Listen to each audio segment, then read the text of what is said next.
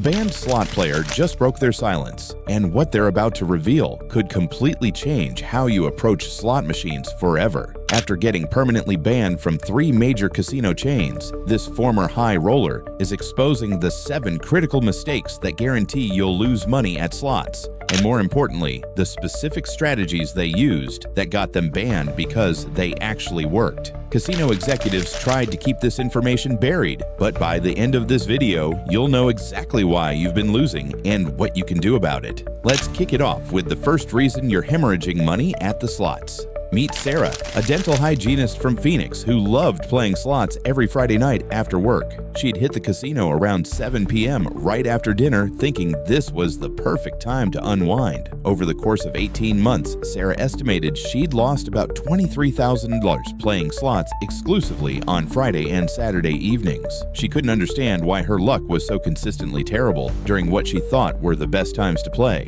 Former casino operations managers have revealed something that Sarah didn't know. According to insider reports, casinos actively adjust their floor strategy during peak hours, which are typically Friday and Saturday nights between 6 p.m. and midnight. While they can't change the RTP of individual machines remotely in most jurisdictions, what they can do is strategically place their lowest-paying machines in the most visible high-traffic areas during these times. Here's what technical documentation reveals. During peak hours, casinos analyze foot traffic patterns in real time using ceiling-mounted cameras and floor sensors. Former pit bosses report that the machines positioned near entrances, restaurants, and main walkways during busy periods are specifically chosen because they have lower RTP percentages, typically ranging from 85% to 88%. The reason, according to industry insiders, is simple. During peak hours, casinos have more players than machines, so they don't need to offer better odds to attract people. The crowds attract themselves. But here's where it gets really calculated. According to former casino executives, peak hours also mean more ambient noise, flashing lights, alcohol consumption, and social energy. Reports indicate this environment makes players less likely to notice they're losing because they're caught up in the excitement and atmosphere. One documented case from insider testimony involves a casino in Atlantic City that tracked player behavior over a 6-month period. According to the analysis, players who gambled exclusively during peak weekend hours lost an average of 34% more money per session compared to players who came during off-peak times like Tuesday mornings or Wednesday afternoons.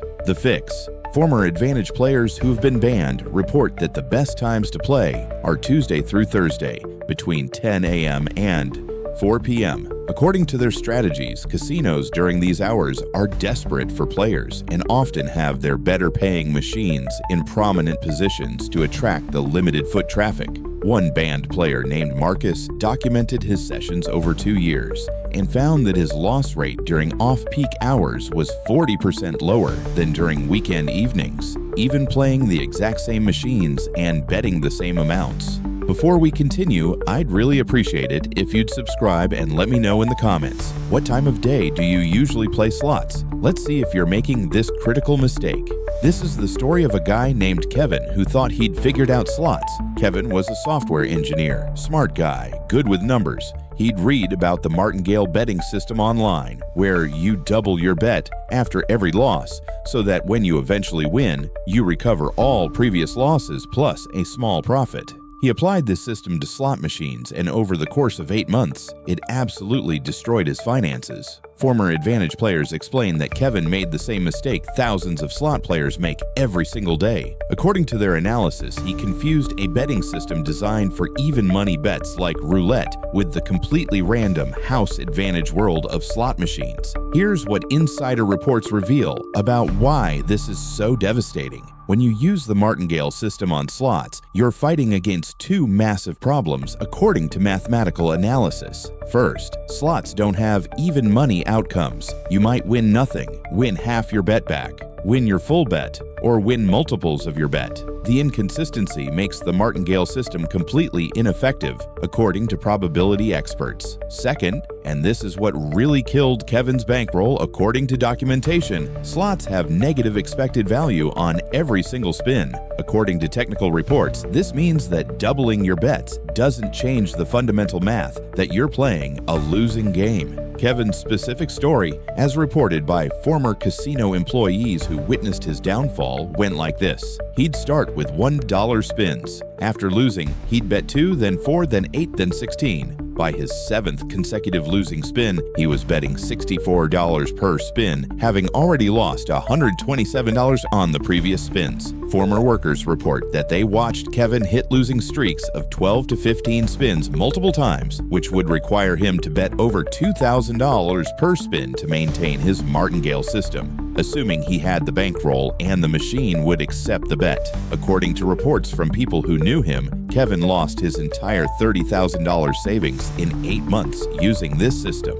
The cruel irony, according to insider analysis, is that he won frequently. The martingale system does produce wins, but the rare catastrophic losing streaks, which are absolutely guaranteed to happen based on probability theory, wiped out weeks of small profits in minutes. The fix: banned players reveal that successful slot play requires flat betting with strict loss limits. According to their strategies, you should never increase your bet size to chase losses. One banned player named Jennifer used what she called the 1% rule, where she never bet more than 1% of her session bankroll on any single spin, and she set a hard stop loss of 30% of her bankroll. Reports indicate she was banned after documenting consistent small wins over 14 months using this disciplined approach, combined with other strategies we'll reveal later. Let me tell you about McGill, a construction worker who played slots every payday for 3 years. McGill had a simple approach. He'd take $300 to the casino, find whatever machine looked fun, and play until the money was gone, or he doubled up. According to reports from former casino hosts, Miguel never once asked about a machine's volatility, and this single oversight cost him approximately $18,000 over those 3 years. Former slot technicians reveal that volatility is perhaps the most important specification of any slot machine. Yet it's something that 90% of players completely ignore according to industry surveys. Here's what insider analysis explains about volatility and why it matters so much. Slot volatility, also called variance, measures how often and how much a machine pays out according to technical documentation. Low volatility machines pay out frequently, but in smaller amounts. High volatility machines pay out rarely, but in larger amounts. Medium volatility falls somewhere in between. The RTP might be identical between a low and high volatility machine, both at 90%, but the playing experience and bankroll requirements are completely different according to mathematical modeling. Here's the critical part that destroyed Miguel's bankroll based on insider reports. Miguel would randomly choose machines, sometimes high volatility, sometimes low. When he played high volatility machines with his $300 bankroll, former analysts explained that he was statistically almost guaranteed to lose everything before hitting any significant wins. High volatility machines, according to technical specs, are designed for players with large bankrolls who can withstand hundreds of losing spins while waiting for that one big hit. Miguel's $300 budget was nowhere near enough.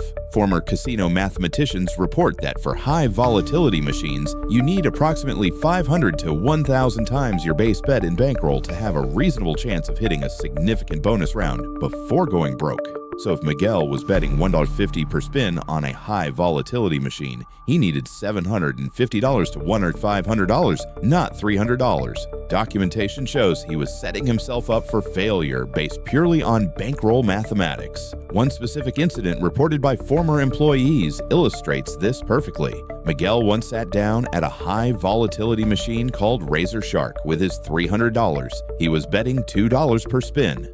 According to observations, he went through his entire bankroll in about 35 minutes, hitting the bonus round exactly 0 times. The next player sat down, put in $100, and hit a $600 bonus on their 8th spin.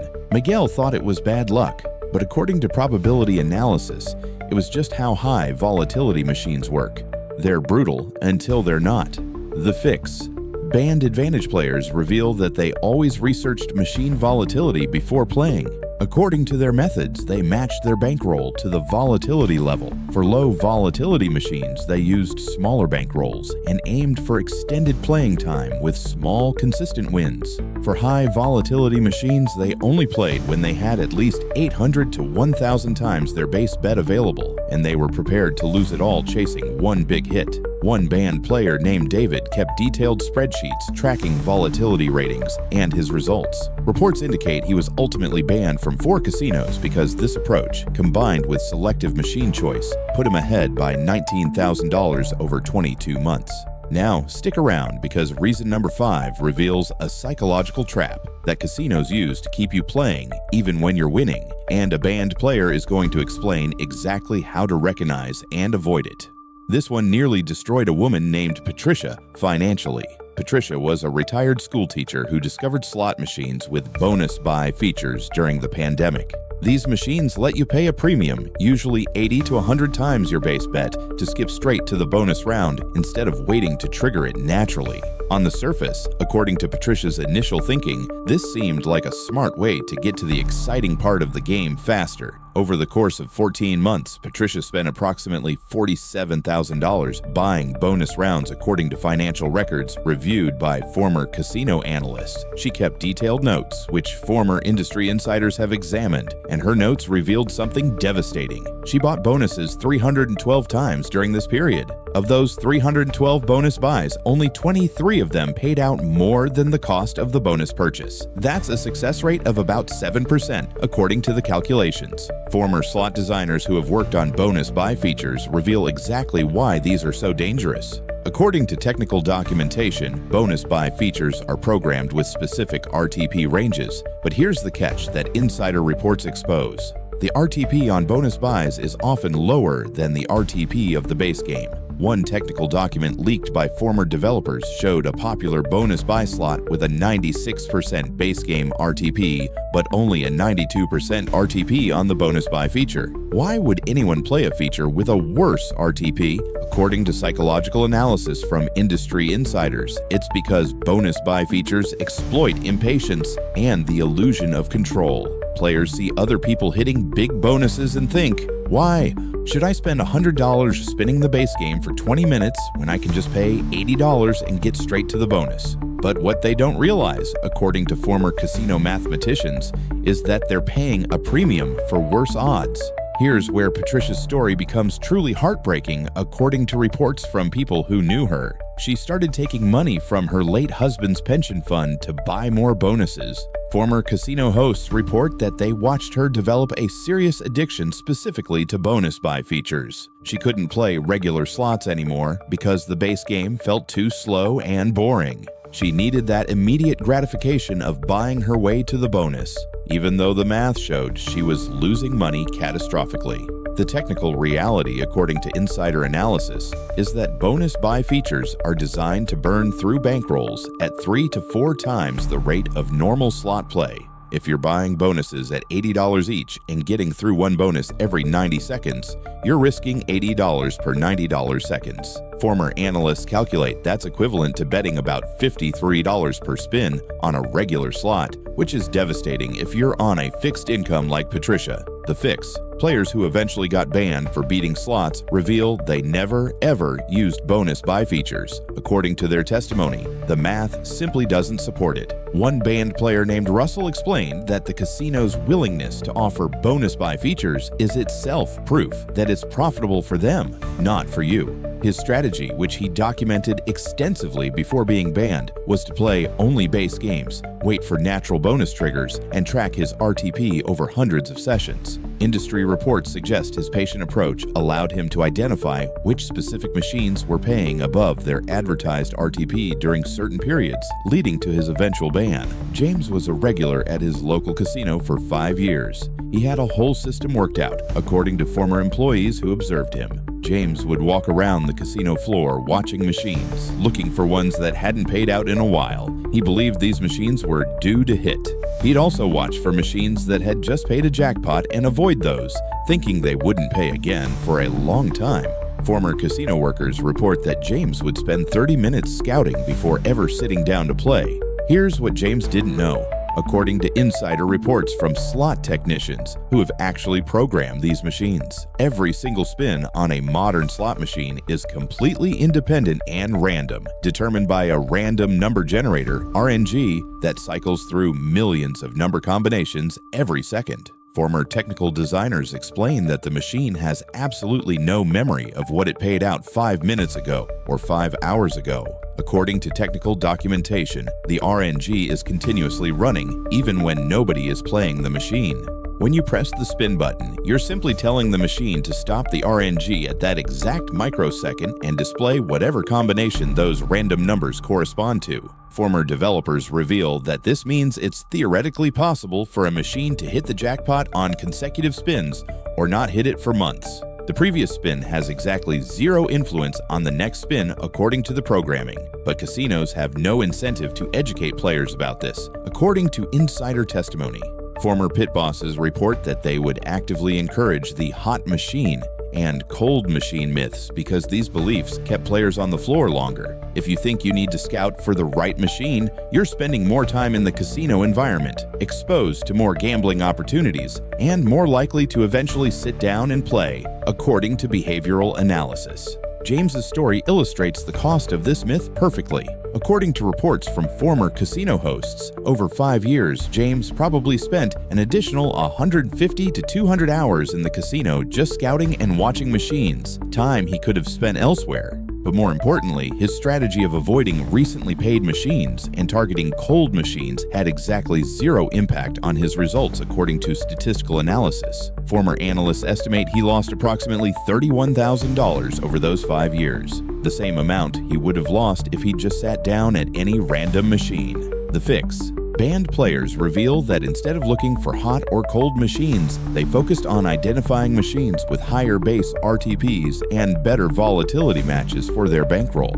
According to their strategies, they used online databases and forums where advantage players share information about specific machine models and their RTP settings. One banned player named Crystal maintained a database of over 200 machines across 5 casinos, tracking not which individual machine was hot, but which models were configured with better odds at which properties. Reports indicate this analytical approach, rather than superstitious scouting, contributed to her being banned after documenting consistent profits over 18 months. Reason number 6. You're playing without a win goal or loss limit. This is arguably the most devastating mistake, and it's the one that got a guy named Derek into catastrophic debt. Derek was a pharmaceutical sales rep who made decent money, and he loved playing slots as his main form of entertainment. According to reports from people who knew him, Derek would go to the casino with $500, and he had zero plan for what he'd do if he won or lost. Former casino psychologists explain that playing without clearly defined win goals and loss limits is essentially gambling with no boundaries, and the casino floor is specifically designed to exploit this lack of structure according to environmental analysis. Here's how Derek's typical session would go based on documented observations. He'd sit down with his $500. If he lost it, he'd go to the ATM and withdraw another $300. If he won and got up to $900, he'd think, "I'm on a roll," and keep playing. Either way, he'd play until he lost everything. Industry insiders reveal that casinos study player behavior extensively, and they've identified players like Derek as whales, even at the slot level. According to internal casino documents, players without loss limits will eventually give back everything they win, plus their original bankroll, plus whatever additional funds they can access. Former casino hosts report that they were specifically trained to identify these players and offer them comps, free drinks, and attention to keep them playing longer. Derek's financial situation, according to testimony from his family, deteriorated over 3 years.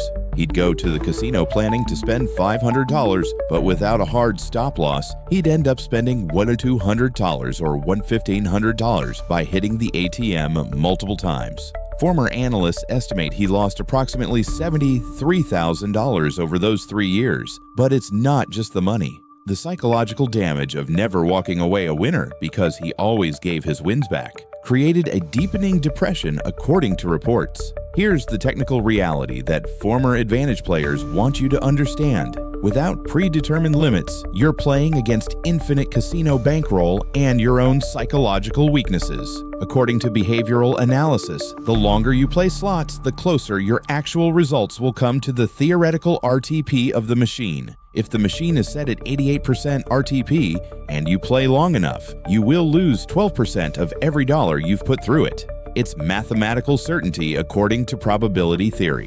The fix. Every banned advantage player interviewed for this video reported using strict win goals and loss limits. According to their strategies, the most common approach was the 50-30 rule. Set a win goal of 50% profit on your session bankroll and a stop loss of 30% of your session bankroll. So if you brought $500, you'd leave when you hit $750, 50% profit, or $350, 30% loss. One banned player named Amber documented 89 sessions over 11 months using this rule. Reports indicate she hit her win goal 34 times and her loss limit 55 times, despite losing more sessions than winning because her wins were capped at 50% profit and her losses at 30%. She ended ahead by $6,200. The casino banned her, according to reports, because her disciplined approach meant she was one of the few recreational slot players actually walking away with casino money consistently. Now we're getting to the final reason, and according to banned players, this is the most important one because it addresses why the casino has such a massive psychological advantage over you. This one secret alone could save you thousands if you implement it correctly. This is the story of two friends, Monica and Lisa, who both loved playing slots. They had similar incomes, similar budgets for gambling, and they visited the same casino roughly the same number of times per month. But their outcomes, according to reports tracked over 24 months, were dramatically different. Monica lost approximately $19,000 during this period. Lisa lost only $4,000. The difference, according to insider analysis, came down to one factor: accountability. Former casino surveillance workers explain that they actively prefer players who gamble alone. And here's why, according to their testimony. When you play slots alone, every decision is yours alone. There's nobody to question why you're hitting the ATM for the third time. There's nobody to remind you that you said you'd leave after losing $200. There's nobody to celebrate your wins with you and suggest cashing out. You're in a bubble, just you and the machine, and that isolation is exactly what casinos want, according to psychological studies. Monica played alone every single time, according to observations. She'd go on Wednesday afternoons by herself, sit at a machine for 3 to 4 hours, and leave having lost her entire budget, plus ATM withdrawals. Lisa, on the other hand, according to reports, had an agreement with her sister. They'd go together, set their budgets beforehand, and crucially, they'd hold each other accountable. When Lisa wanted to hit the ATM after losing her $200 budget, her sister would physically stop her and remind her of their agreement. Former casino executives reveal something that players like Monica never knew. Casinos track player behavior data extensively, and they've identified that players with companions spend less money on average per visit than solo players. Internal reports show solo slot players spend approximately 40% more per session, according to the analysis. The reason, based on behavioral psychology, is that social accountability creates external pressure to stick to your limits, while solo play removes all external constraints. Here's the devastating part of Monica's story, according to people close to her. She eventually started lying to friends and family about her gambling. She'd tell her husband she was going shopping or meeting a friend, but she'd actually be at the casino.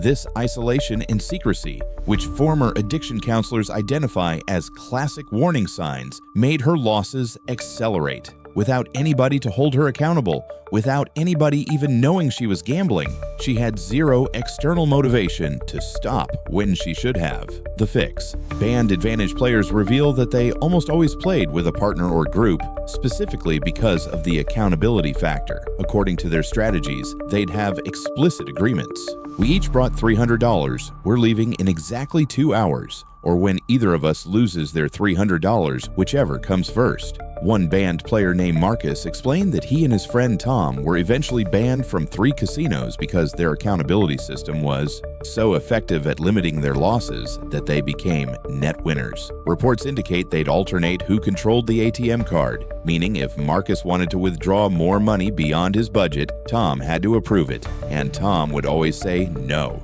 This external control, which is impossible when gambling alone, according to their testimony, allowed them to maintain discipline even during losing streaks. So there you have it, 7 critical reasons why you always lose at slots. And more importantly, the specific fixes that got real players banned because they actually worked. Subscribe for more insider gambling secrets that casinos don't want you to know.